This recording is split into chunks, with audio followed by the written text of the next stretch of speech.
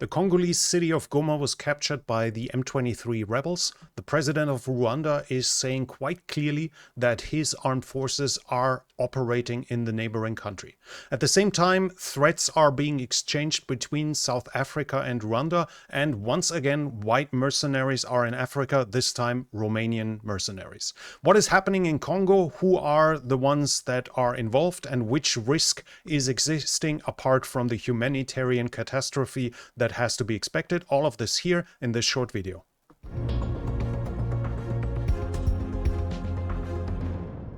Surfshark VPN is sponsoring this channel for this month. If you want to bypass geo-blocking or hide your internet activity all with a convenient app, then use Surfshark VPN for just $2.09 a month by using my link. You get 4 months extra as well. Thank you, Surfshark, for sponsoring this channel. Since the long-time dictator Mobutu was toppled in the Congo, the country has not settled down. In the following time, several Congo wars followed. The second has been so intensive, with so high casualty numbers in their millions and so many involved nations, that it was also called the Great War of Africa, or Africa's World War. In the unstable country, on the 23rd of March 2009, a peace agreement was signed between the government of the Congo and the rebel organization CNDP, the National Congress for the Defense of the People.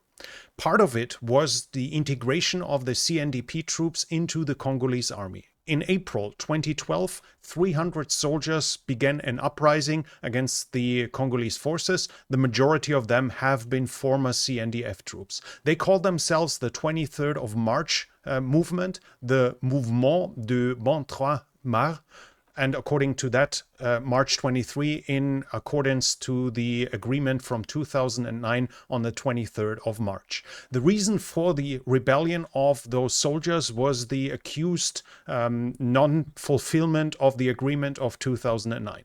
Quickly, they gained ground in eastern Congo and they captured the city of Goma in November 2012. After just 10 days, though, they withdrew from the city because of international pressure of a massive degree. The United Nations then created MONUSCO, a UN mission that would start attacking M23 with the aim to defeat them.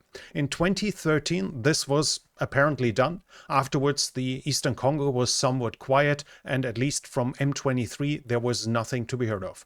At the end of 2021, though, M23 reappeared in the conscience of the world when they restarted the fighting.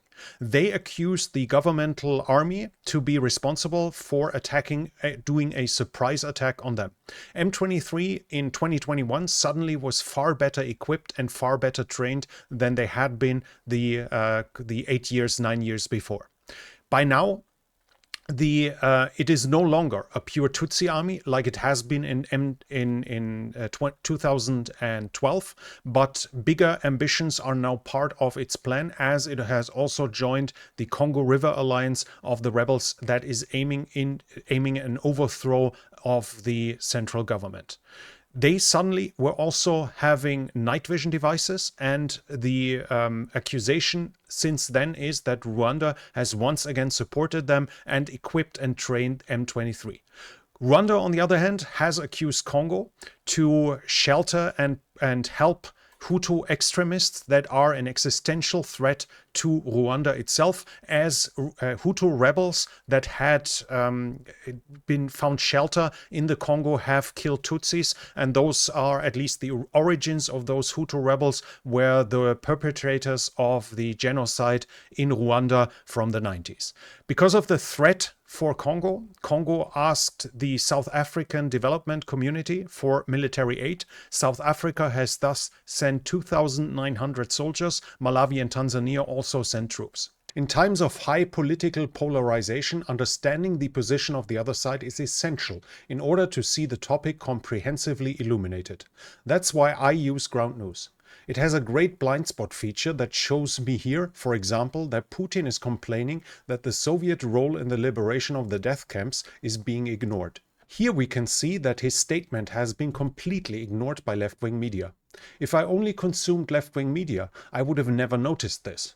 Ground News is a news aggregator that clearly highlights how differently left and right-leaning outlets report on the same event. It not only helps me by allowing me to set notifications for specific topics and prepare better for situation reports, but also by giving me a multi-sided view of topics, ensuring I don't stay confined to an echo chamber. This is specifically important today. Ground News is now offering my viewers a 40% discount on the Vantage plan, which I personally use for unlimited access. Simply visit ground.news/military history or scan the QR code to subscribe to Ground News. By doing so, you also support this channel. Let's look at Rwanda. Rwanda, right now, there's the accusation that 4,000 to 7,000 Rwandan troops are involved. They are including armored vehicles. They are including surface-to-air missiles and drones. Rwanda in the past has done interventions inside of Congo several times to fight the Hutu rebels that are have their origins in the perpetrators of the genocide.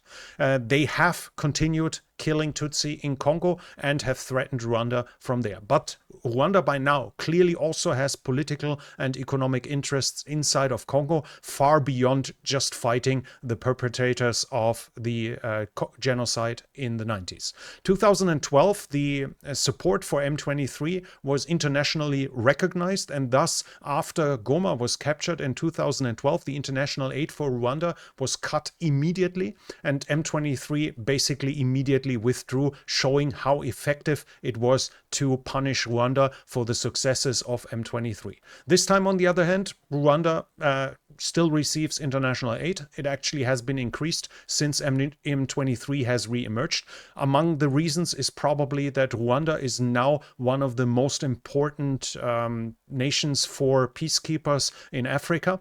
Among the deployments they have is one in Mozambique with 1,000 soldiers and policemen to fight the Islamic State there, and thus cutting their international aid would thus impede the fight against the Islamic State, and that might be one of the reasons why this time Rwanda has not yet faced any serious repercussions. Rwanda is also directly having a profit from the M23 control over the resources in the area. M23 is making sure that coltan, that is very important for the electronics industry and is found in Eastern Kivu, that it's being exported over Rwanda and thus allowing Rwanda a share of the profit. Another involved nation, though, is Burundi as well. Burundi also has troops inside of Congo, this time to help the government, but in the past they have also supported rebel groups, and by now the likelihood of direct fighting between troops of Burundi and Rwanda is extremely high and probably has already happened. In the past,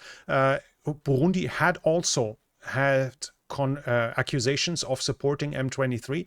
So it seems that Burundi is playing all sides here to gain the upper hand and to gain some advantages. Right now, Rwanda and Burundi are facing off against each other. In the past, they have worked together in the overthrow of Mobutu and then in the fight against Kabila after he withdrew his connections to the two of them who had previously helped them. But right now, they have turned heads against each other, and the hostilities between the two nations are increasingly rising.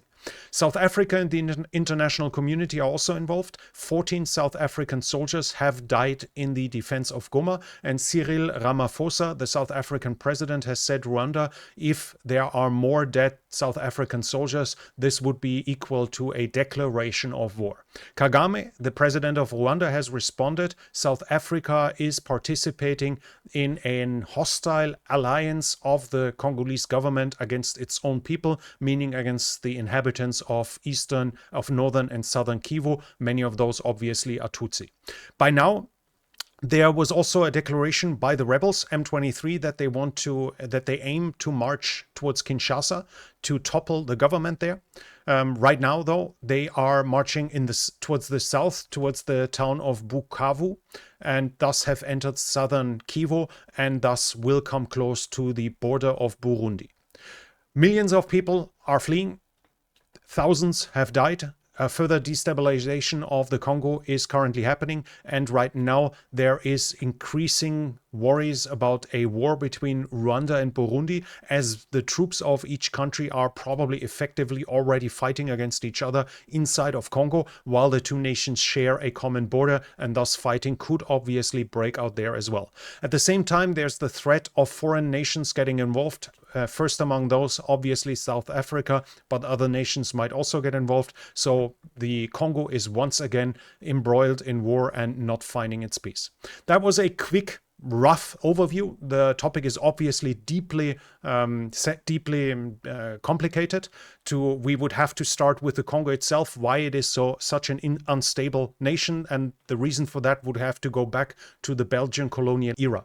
Then to Mobutu, how he destabilized the country and didn't care about an effective military to keep his own power. All of this is still having an effect for today, but this would be too much for a short overview. So if you're interested in more of this and to dive more into the background of the area, just leave a comment if you would like to see more of this. If you're new here, I would like to invite you to subscribe to the channel and hit the bell icon. And if you like this video, give it a thumbs up. That helps with the algorithm.